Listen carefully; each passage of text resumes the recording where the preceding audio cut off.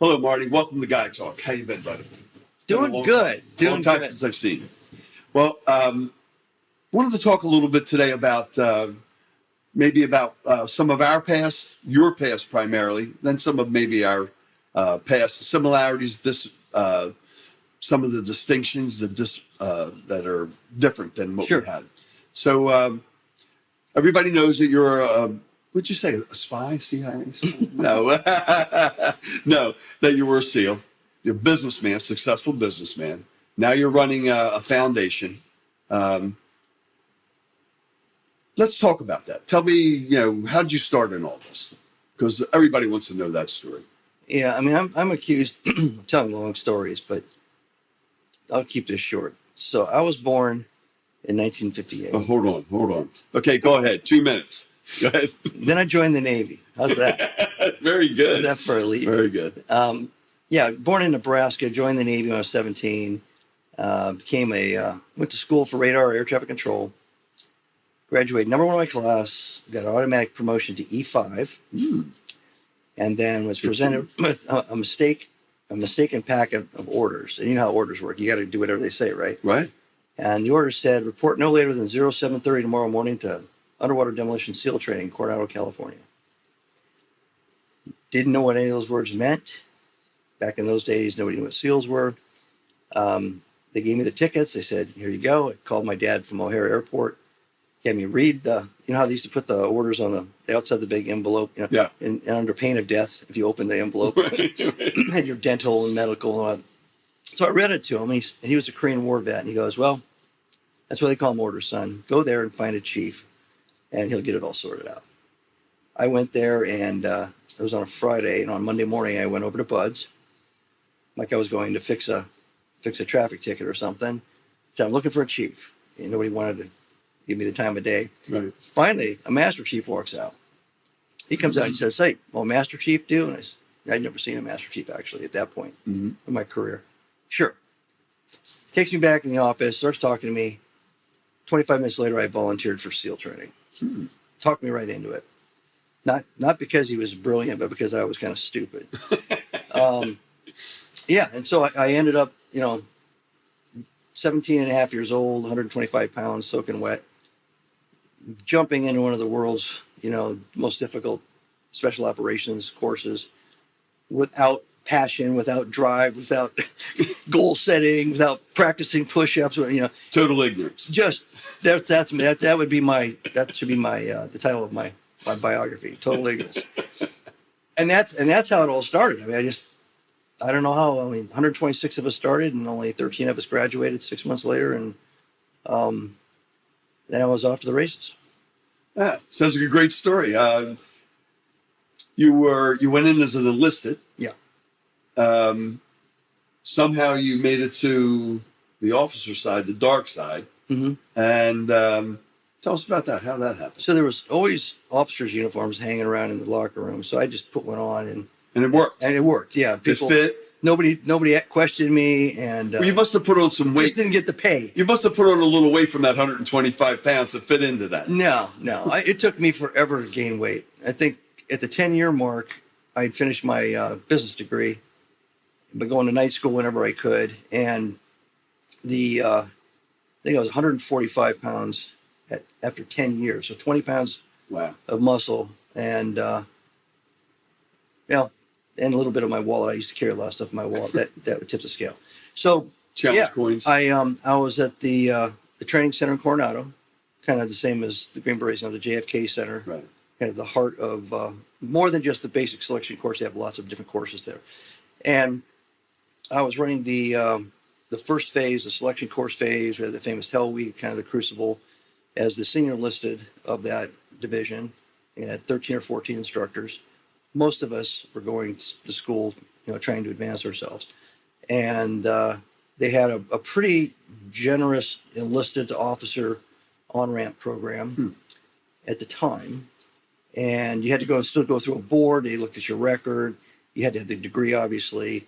And then I got orders to officers candidate school. So almost exactly to the day of 10 years of service. And I was up for E8 at the time. And I actually, when I was at officers candidate school in Rhode Island, they pulled me out of class. I had to go down and I had to sign away because I'd been picked up for E8.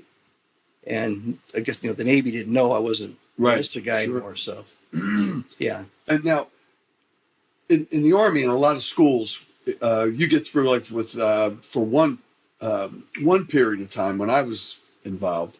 If you went through Special Forces training, for instance, as an enlisted, you had to go back through as an officer. Did you have to do that? Or they put you through like some gentleman's course for the officers thing? Well, so Officers Candidate School for the Navy is an engineering, 4 months of engineering. Mm-hmm. Now the Marines are kind of running the discipline side of it. They didn't have that when I went through. Well, that would help with some of the discipline. Yeah.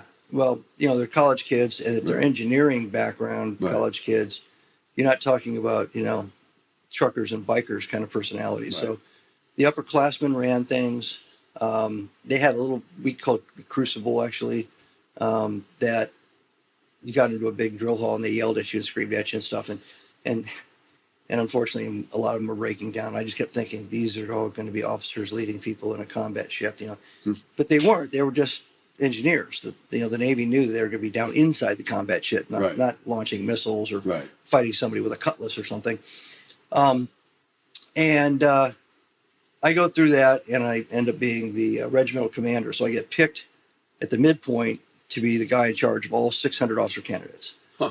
So, which was kind of cool because the rank for that was second lieutenant bar, butter bar. Yeah. It was 5 of them on each side. They call it the railroad tracks. So I had 5 gold bars. On both sides? Yeah. Was that a little heavy? It was very heavy. I had to watch my posture all the time. And then we wore these black shirts and black pants with a black tie. We called it the 1 Adam 12 uniform. And then you couldn't wear ribbons or anything. I had the gold trident. So I'd be walking and the sun would hit that, and nobody wanted to be near me because they knew I was in charge. And I could see people banking off, trying to clear the sidewalk because they didn't, the candidates didn't want to run into me. But it was actually fun, except that I didn't learn anything. And then I ended up getting all these naval leadership awards. I was number 1 in the curriculum. I had the highest grade point average for my class, but for leadership. And so they present you with these things at graduation. So I got a silver ashtray with an engraving. It was about this big. I call it the silver ashtray. It was like a little plate. Right. And then I got a book from a woman that wrote about the first sloop of war, and she signed it to me. And the kind of nerdy engineering guy that got the highest GPA was given an engraved naval officer sword. Wow. You really made out well on that. So after graduation, I went up to the director of OCS during the aftermath and said, "Can I just ask you a question? If I had the number 1 GPA in naval tactics, number 1 GPA in leadership, I was a regimental commander. I got an ashtray and a book." and the nerd who knows what the difference between a turbine and a boiler, he gets a freaking killing tool. Right. Right. And what's that all about? So I was bitter about it. I would tell that story frequently. So when I actually retired, they presented me with a naval sword, and they told the story. Made you wait. They made you wait. Told the story. Like, here you go, whiner. Here's your sword. All these years of whining, Yes. you finally got what you wanted. Yes, I thought that was what you were going to OCS for, is to get the damn sword. Right. Well, you had to buy your own, didn't you? You did, yeah. That was standard, but you didn't need it because if you were a junior, you just borrow one if you're going to a wedding or you're part of a ceremony. Right. They didn't demand that you did it. Right. Right. So when you got out of the Navy, what did you go into then? Were you going into business? Were you a consultant? What did you do? You didn't go right into Blackwater. No, for years, all of us just knew that the only thing we could possibly do if you were a SEAL was get out and be a cop. Unless you were a medic, then you could probably get out and do something. Or a criminal, either way. Yeah. And that's kind of what everybody did, or unless they went back to some family business. So there wasn't a really great,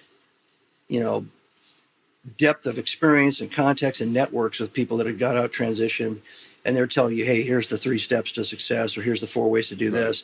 Here's your path. And so that's part of it. The other part of it is, you're in the game, and every day you're waiting for the phone to ring to go, and you're prepping your gear, and you're working out. And if you're a leader, you're making sure your team's squared away. And you're so much into that you don't really consciously play corporate personnel, for your own career, your own Right. history, your own future. So you never sit down and spend any minute on, I wonder what I want to be when I grow up, or what I want to be when I get out of uniform. Right. It kind of comes rushing at you, right? Right. So about 6 months before I was going to get out, I had 80% disability from a parachute accident, and I was hitting 20, so I said, probably a good time. And I decided I want to be a lawyer. So I studied everything I could. I took the LSAT. I scored really high. I paid some company to take my transcripts and my LSAT scores and my bio and put it all together, and they would shop it to the law schools you wanted to go to. And I was sitting in the command, and a former commanding officer who had left, retired, was visiting somebody in the building. He came into my office and said, "Come on, we're going to lunch. You're not going to be a damn lawyer." So we go to lunch, and he talks me out of going to law school and into managing money, because that's what he's doing. Huh. So he got out and he went straight to work for a company called Alex Brown. It was led by a guy named Krongard's son. I happened to put him through BUDS when I was an instructor, Mm-hmm. and he would do anything for SEALs, pretty much sight unseen. Big difference, though. The guy that talked me into doing this could speak Portuguese.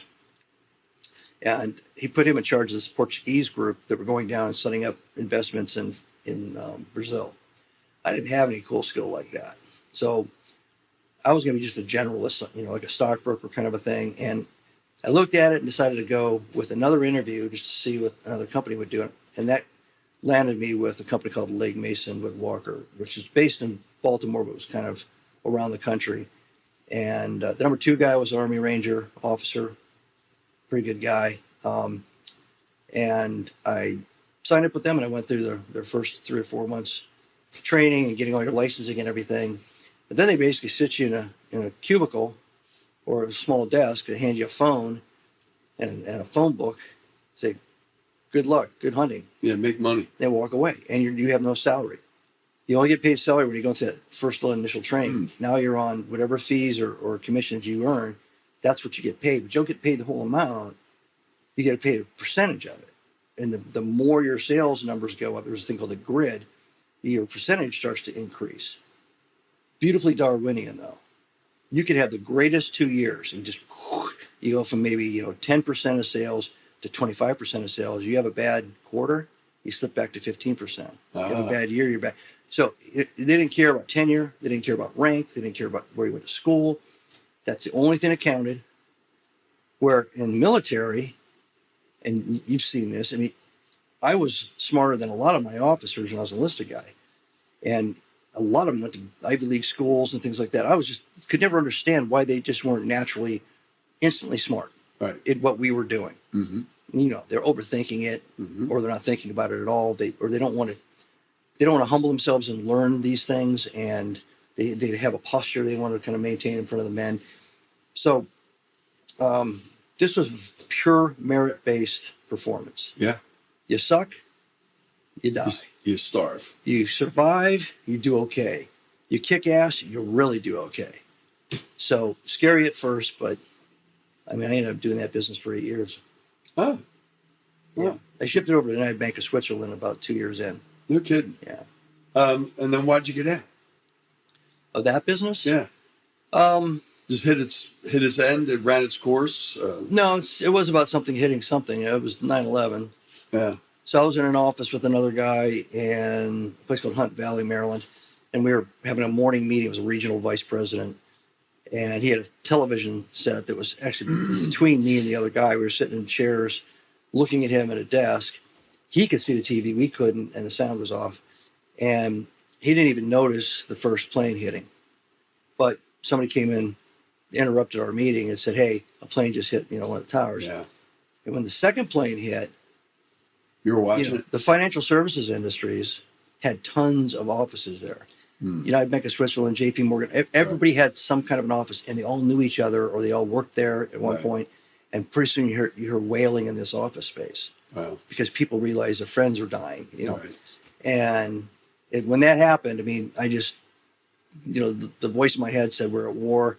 I got to get the hell out of this office. I can't be at war and be trying to make other people rich. I can't do that." Right. And I had about a 45-minute drive home. And of course, 80% disability. They're not going to, take me in. Maybe a suicide mission. They might send me in, Well, that's one you want to volunteer one for. one way up. Just halo straight into the top of, Here, carry this. and then when I land, go, Kylie, and blow myself up or something. But so I ended up starting working for security, counterinsurgency stuff. I was on TV all the time with counterinsurgency. I did contracts related to that.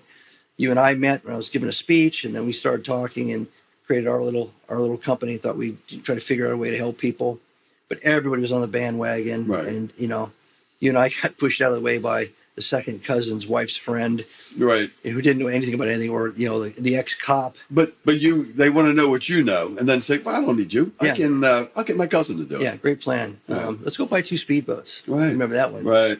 Right. Still up on shocks. We don't know. They're speedboats. We don't know how to kickstart the engines because they're jets. Right.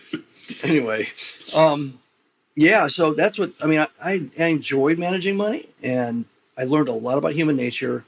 Most of my clients were high net worth, and almost all my clients were blue collar workers, people that were self-made millionaires, and just sitting down, talking to them, or being a golf cart with them. They're telling you been bankrupt 3 times, or their work ethic, their life lessons. I mean, I hadn't been around money at all. Mm-hmm. I wasn't raised with money. People, the teams, we didn't have money, so I didn't even know how millionaires thought. I used, like everybody else, I just used the movies as my reference point. Huh. But these guys weren't like people in the movies. These people were driving pretty simple cars and living in not so extravagant homes, and working a lot and caring a lot about all the shit that they had going on. But Salt of the earth type. yeah, not absentee landowners or landlords on any of their businesses, and really focused on the trust factor.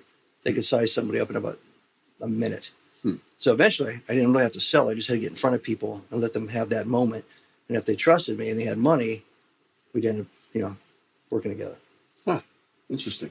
Now, one of you mentioned that you and I were hooked up together in Not business. hooked up. We were in business. business. Yeah, In business. we weren't hooking up. Well, just want to clarify. Even though you were, Right, we weren't. even though you were damned attractive. Well, thank you for that. Yeah. One of the projects we had was the Greek ports, Mm-hmm. and this was in preparation for the 2004 Olympics. Right. And we were into Athens, and we went over on 2 different phases. You went over on 2 different. I went over on 1. And tell us a little bit about that. How did we get into that? A friend of mine named Stu Smith was working with a group out of Texas, an ex-Secret Service officer who'd been in Secret Service for like 30 years, put his shingle up, and he made some friends with SAIC. SAIC wanted him to do all these different vulnerability assessments inside the United States. So they asked him if they could come over and do something in Athens, because SAIC got the big technical security contract for the Athens Olympics, basically putting in cameras and lights and Perimeter special security gates type stuff. and all that kind of stuff. Yeah. Underwater, listening devices, sonar. And Stu couldn't do it. So I put Stu through BUDS when I was an officer at BUDS, my second time going to the training center. And then he worked for me when I was a senior officer at an SDB team, mini submarine team. Mm-hmm. So I was in contact with him because he had invited me into the Naval Academy, where he ended up when he got out, because he was a Naval Academy grad. And the Commandant put him in charge of all the fitness training for the Naval Academy. He's still there, in charge of all the fitness for the Naval Academy. Yeah, and he's written a bunch of books. He's a great guy. I think I remember that name. Yeah, Stu In our Smith. conversations. And then, anyway, he had me coming down doing this leadership lessons learned speaking series at the Academy. So we were talking pretty frequently, Get this call. Hey, these guys in Texas. I said yes, and I can't now for family reasons, whatever. What do you think? Sure. It was very short notice. Yeah. Jump on a plane and go. So that's how I got into it. It kind of came out of left field. And as you know, it was mostly just walking for 10 hours a day. Yeah. And taking pictures of everything. Especially in Piraeus. Yeah. Taking pictures of everything and then going back and trying to condense it all into little mini reports and Right. observations and opinions. And blending it at the Yeah. end. But, we made a big difference there. Yeah. We, part of special operations is learning how to attack the vulnerabilities of a target. And they used to have, eventually they had a vulnerability assessment in schools. When I first started, they didn't have that. You just listened to guys that had actually gone out and did Right. it for real against real bad guys. But the human nature aspect of what's vulnerable about something somebody's trying to protect, because it's all been designed by a human being. Sure. And then human beings occupy that space. And human beings, the smokers always put a brick or a rock to keep the door from locking all the way. Right. That's human nature, right? And so if you've been trained in that, you look at something, even if it's a big potential target set like all the Olympics venues, how would I do this? How would I go about doing this? You red team it. And that's exactly what I would do. I would go in there and figure out how I would kill them, and then defend against me. Right. And I think was the big change happened a few years back, because most of the people that were doing like the assessment stuff were like former cops and stuff, Mhm. and they were all looking from a defensive position, where we went in and looked from an offensive position, and then Right. how to defeat yourself. They were looking for criminal activity Right. and what's it called? Vandalism. Those are the two main things: vandalism and destruction of property, or criminal activity. And we were looking at people who want to go in and kill you. And so, what's the shortest path from the exterior to of something of value inside? Interviewing them. What is of value on the inside? What are the vulnerabilities Yeah. In the Olympics, it to was get there? in Piraeus, huge harbor, massive harbor. It's one of the if not the largest, one of the largest harbors Piraeus was huge. in Europe. So they were rolling in those cruise liners to be floating hotels for the Olympics. With the Perfect speed targets. ferries too, the Yeah. fast ferries rolling in there. With the It's pretty neat. dropping their anchors, and what you're referring to is these super fast ferries would come screaming in from the Mediterranean, and about halfway in Piraeus Harbor, before they were going to make impact with the piers, Everybody had to be buckled in. they started dropping this big chain with an anchor at the bottom of it, and you could hear it everywhere, like bang, bang, bang, bang, bang, bang, bang, bang. And they'd get almost to the pier, and then they basically put a brake on it, and then they motor forward and they'd stop, and they would all do it. They'd come in different lanes, and eventually we figured it out. Right? They said, well, it's not anything about going in; they can't get out because the tides are moving and everything. They just reverse the anchor chain, and they actually pull themselves back out to deep water using that method. Yeah. But it always startled you, right? You're Right. walking around, it's all nice, and saying, "Oh, wait." Especially when you're looking for something that might go wrong. Yeah. What was that? What was that? Yeah. Yeah. But lots of walking and lots of interesting food, and we'd done it before. It wasn't exciting in that it was a project we hadn't had anything to do with, but we came up with some insights that Yeah. actually changed. I don't know if it changed history, but it definitely had a huge impact on them. I mean, we came up with these profiles, and this is what we think would be happening, and we back planned it to like now, Yeah. 18 months before the Olympics, what I would be doing. Right. I'd be training people. I'd be selecting people, training people. What would I do at 12 months? I'd be staging things inside Greece. Right. I'd be using all the Greek terrorist groups or communist groups, whatever. I'd be paying them money to do all the ground surveillance, reconnaissance of all the different venues and stuff for us. And Greece back then was right on the edge of the EU, Yeah. which was a gateway in Yeah. to Europe. So a lot of folks from the Middle East was trying to slide through there to get into the EU. Yeah. So there was plenty of people there that were potential operators, potential terrorists Yep. that were already working. And we had a couple of like bumps with. Yeah, when we were your there. memory on that's better than mine. I know when we left, there was lots of writing to do after the fact. I would get a message or a call from time to time saying, "Hey, you remember when you guys said this and that?" Well, the local law enforcement checked with their financial intelligence guys, and lo and behold, all the local idiots and stuff are getting money funded into them, like big chunks of money wired into their accounts. So now we're surveilling them as they're surveilling the sites.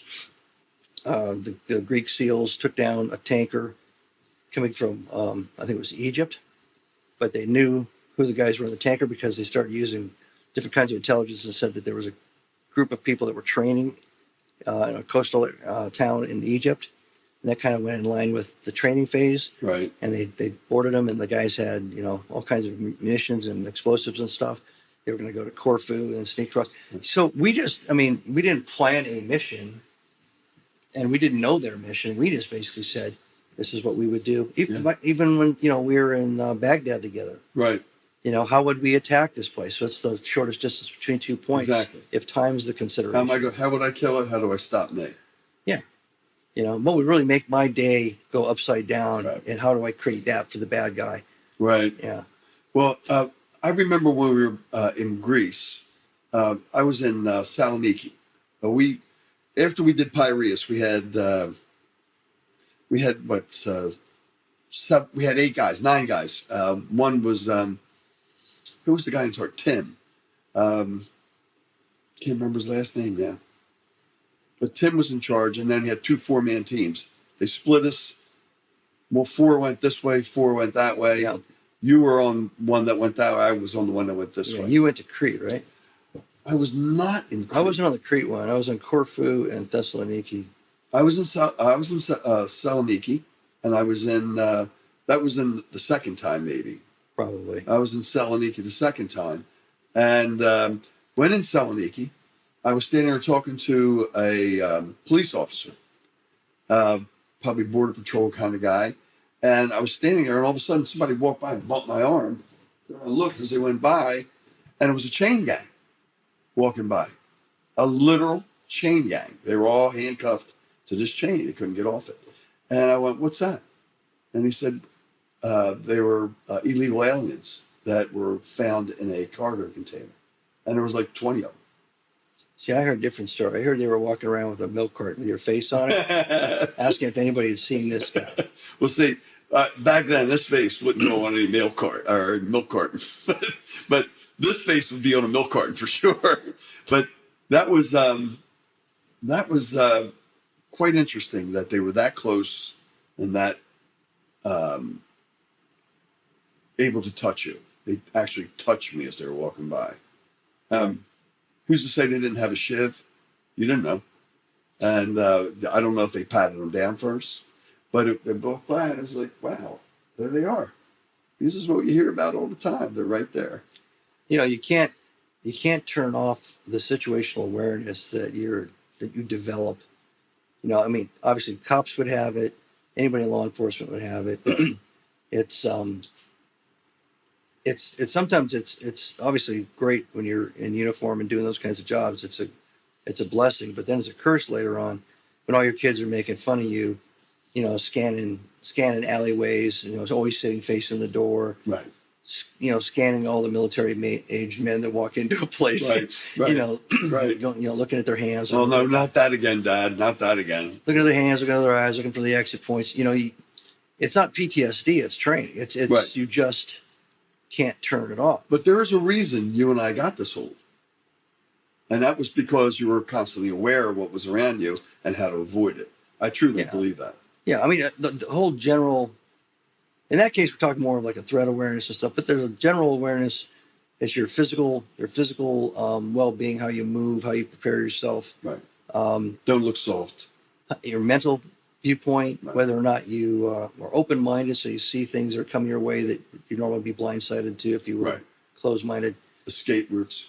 And just everything, ideas even. I mean, you can, if you just kind of stumble along saying, I've just learned everything I think I'll ever have to learn, and then move forward from that, whatever that age is for you, you leave yourself vulnerable to all kinds of things. And you don't even know you are because you aren't You're not aware. open. Right. But if you're the opposite, you're always in a semi-state of paranoia that there's somebody out there faster, better, smarter, meaner, something, right? Yeah, and for sure. what do I got to do when I wake up this morning to make sure I'm prepared for that? Do the moment? best I can. Yeah, if that engagement happens. Right. And it's an interesting trait. Right. I don't think it's going to go away. I think you just take it to the grave. Right. And we were just telling stories a little earlier about other events that happened in our lives. And I brought one up and you brought up one just like it. And I was like, but we're still here. And there was a reason that we're still here is because that we were aware of our situation awareness. Um, when we were in Piraeus, we stayed at a small hotel, like maybe 6 floors, I think it was, something like that. And one of the things that really kind of was contrary to what we were all taught. We would go into a room and you had a piece of brass that you had to slide into a slot to turn the electric on in the room, but would put a light over your door saying you're in there. Remember that? And we had a little incident downstairs one night when we were having a couple beers, getting close to starting the writing part of it, and you went upstairs and you were getting on the elevator, and there were some guys over there playing pool, and you said that they stopped and sat on the table and were looking at you as you were getting on that elevator. I didn't know this was happening. I was still sitting there looking out the window, the picture glass window, thinking, my God, we've been here about a month now, and we've done everything wrong compared to what we should have been doing for our... Were you looking at the reflection? No, no. But we sat in that place. Every time we were there, we sat in there, we did such routines. And I was just contemplating that. And then you called and said, can you come up? And I said, sure. And you said, you see those guys down there? And I said, no. And, but that just set it off. We were probably talking about that before you left, because once you called and said that, told me that, I was like, well, then we should move. We've been doing everything wrong. Yeah. And, but we pressed that the next day, and we got Tim to sign on with it, and we moved up to Athens. Yeah, that we were being cased, we were being watched, we were being surveilled. Yeah, I mean, it makes sense to see people that don't look normal walking around and essentially taking pictures of everything that's a key and essential element of their target. So they want to know who the hell we are. Well, and here, what's crazy is I've been in other countries where you go around a shipyard. If you had a camera in your hand, they were throwing you to the ground. Yeah. And taking the camera from you. Here, we were walking around, so we were somebody. If they were observing us, these are somebody that these people want here, right? That the government wants here. I was the benefactor. I mean, in special ops, there's lots of little niches, right? Mm-hmm. You know, everybody's kind of does the general stuff, whatever your service has you doing as far as training, and you move up in your ability until you're at a master level and a lot of things. But then there's some goofy, weird sidecar stuff, and I was doing a lot of that when I was younger in the teams, and then later on when I was an officer at SEAL Team 4. But you find yourself, I'll give an example. We're supposed to go and use our best judgment, check out this little fishing village. It's right on the border of Nicaragua and Honduras. And we're obviously not local Hondurans. You're a gringo. We're very gringo. I mean, there's nobody in there as tall as us. There's nobody that looks like us. We all lift weights. You're not walking in there and trying to pretend you're anything. So the second you walk in there, the tom-toms are going. Everybody, unlike Iraq, where it's the arachnophone cell phones, everybody on those things telling everybody, they're there, they're on the corner or whatever. They're coming your way. Bring everything you got. In this case, we walk in this little restaurant and we're sitting down, and we had day packs. And inside the top of the day pack, where the part that would go against your back, we had the fur part of Velcro, and then we had the hook side of the Velcro glued into a holster, and then we had a 9mm weapon there. So basically, we kept the top of the backpack open about 8 inches, and it sat here. So if we had to, we had a weapon that fast. Defend yourself. But nobody else could see it. Right. So we thought, well, that's pretty suave and Debona, right? We got everything covered. I thought you would have fanny packs. No. No fanny packs? No, Army surplus sometimes had some extras. but they're hard to get because the Army guys like it. We're all over. Yeah. You can't even go to, what was it, what's something Joe's outside of Benning? Ranger Joe's. You can't even go to Ranger Joe's to find a fanny pack. No? No. Not anymore, huh? No. Can't make them fast all the way back to World War I when they had bigger fannies. So we're sitting there, and about 10 minutes after we're sitting there, we've ordered our meal, whatever, in walks like the cast from the Three Amigos. Not Chevy Chase, and, right. but El Guapo, and they're coming bandoliers, and guns, and there's probably about 7 or 8 of them, and they come in, and as soon as they come in, they stop and stare at us. Now we're back against the wall, because like my kids say, Yeah. I always got to look at the door. We were all looking That's at the in door. And then they, after half a second pause, they went over to this corner, and they just started making noise, and they're putting their guns down. They got machine guns, stuff like that. Okay, so this group just walked into a fishing village, Right. dressed like they're right out of the 1880s, and they're going to go, steal cattle in Texas or something. And we're sitting, group. and we're sitting over there. Most of us are in our mid to late 20s, so we look like we're on a college tour, Right. but we're also in a fishing village in the middle of nowhere. So Right. they're like looking at us, we're looking at them. So we said, all right, hey, we're just going to hang until they leave. They were there for like an hour and a half, and we're just sitting there drinking water, ordering more food because we didn't want to get up Right. and leave and Walk into something. yeah. And eventually they got up and walked out, and then You guys went out the back door. no, we waited like another 20 minutes, and I had 2 of my guys go out first. But it'd be like 2 guys with pistols against El Guapo and his buddies. So, and then they weren't there. Were they And then- carrying AKs? Or were No. They were carrying they weren't AKs. They weren't FN, FAL stuff like Okay, that. yeah. European stuff. Yeah, European stuff. So a day later, the CIA agent shows up. All right, this is like a really interesting fishing village. It's only got maybe 150 people in it. They're dirt poor, and they've had 4 college-looking guys look like they're in the lacrosse players. Right. Who always have backpacks on for some reason. El Guapo and his crew, and now there's this agent. And he gets a hold of us, and he sits down, and he's all nervous and everything. He says, "Yeah, we got word through our network that you guys were spotted, and the bad guys are eyeballing you and everything. And you guys okay? You in a good defensive position?" I said, "We're in a woman's house that we're renting. Right. I mean, a good position. Right. I mean, did the people that sent us in here know that this was going on?" "I don't know who sent you in here." "Okay." Then he reaches in his backpack and hands us like a handful of Belgian cherry grenades. And I don't know if you ever saw those. They're about the size of a cherry bomb. Right. And they come in these plastic bandoliers where there's a slit, and you push it, and kind of like a pea in a pod, Yeah. and the grenade pops out. And you can attach them to wires at a door. They're not. I don't even know if there's a lot of flash crash, but they are anti-personnel frag grenades. Will they open the door? Could you use them for opening the door? You might be able to. There's not really anything in them.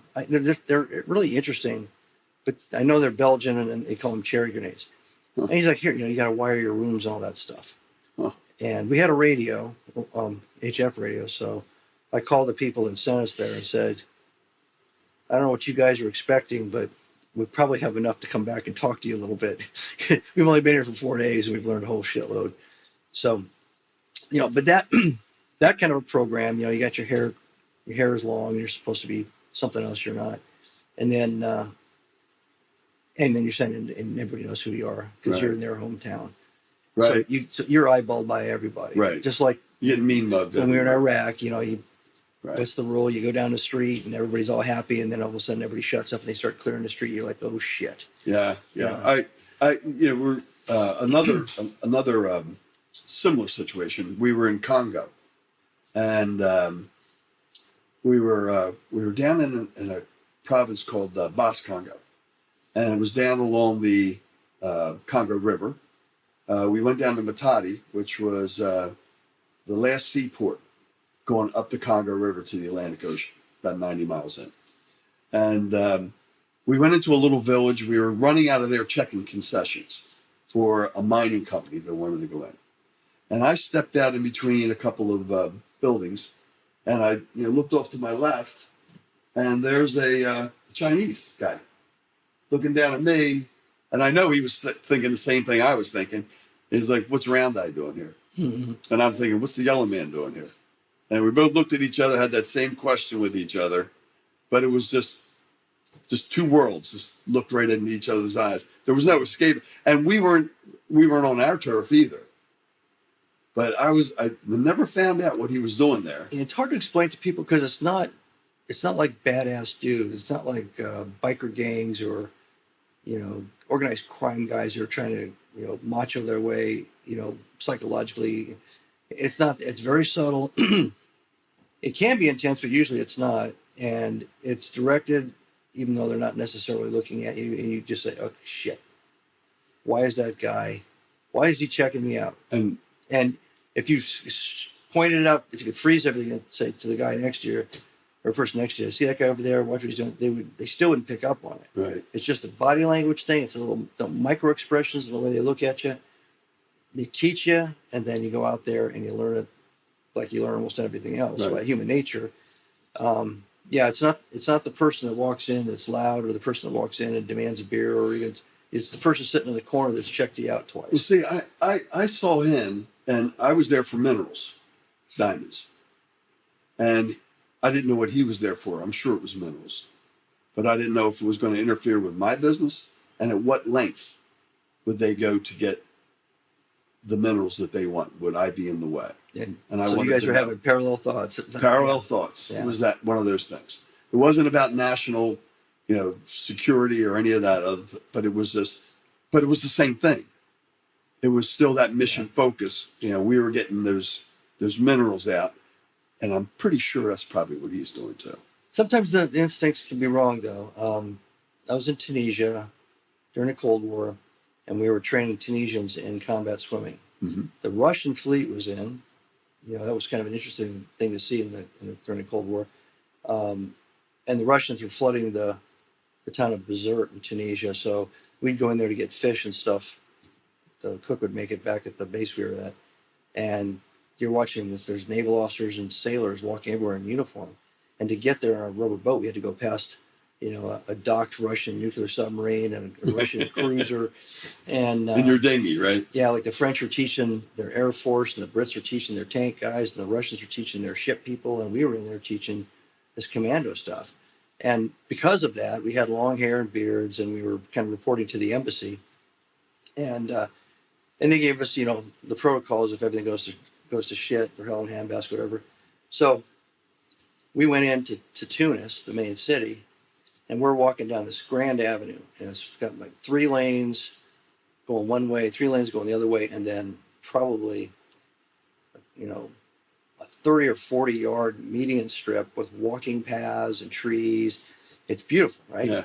And we're hunted, and this is probably a year and a half after the Iran hostage thing. We all saw 444 days of them going, right. So we're standing there, and one of the guys gets a magazine, and we all stop because we heard something. And we hear like this. That sound kept getting louder and louder and louder and louder. And where's that coming from?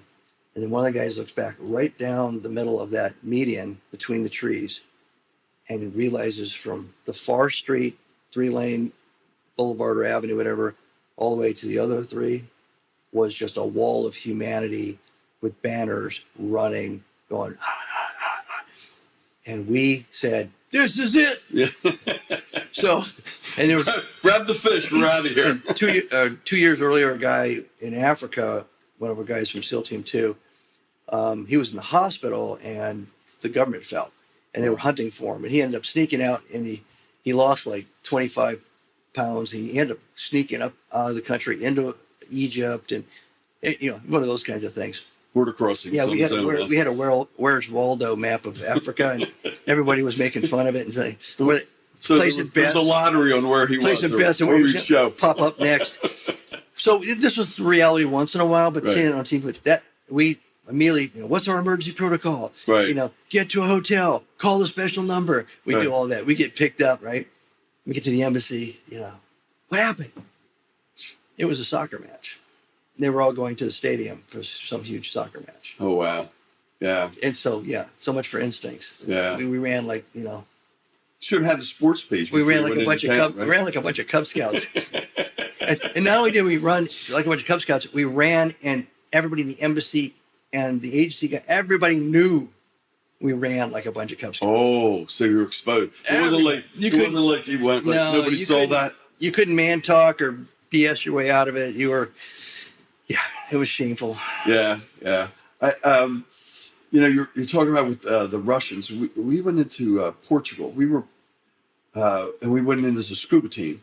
So we flew in. We had all our boats and all our stuff and stuff, and they pull us right up next to a Russian CCCP aircraft, and I was like, what's going on with this?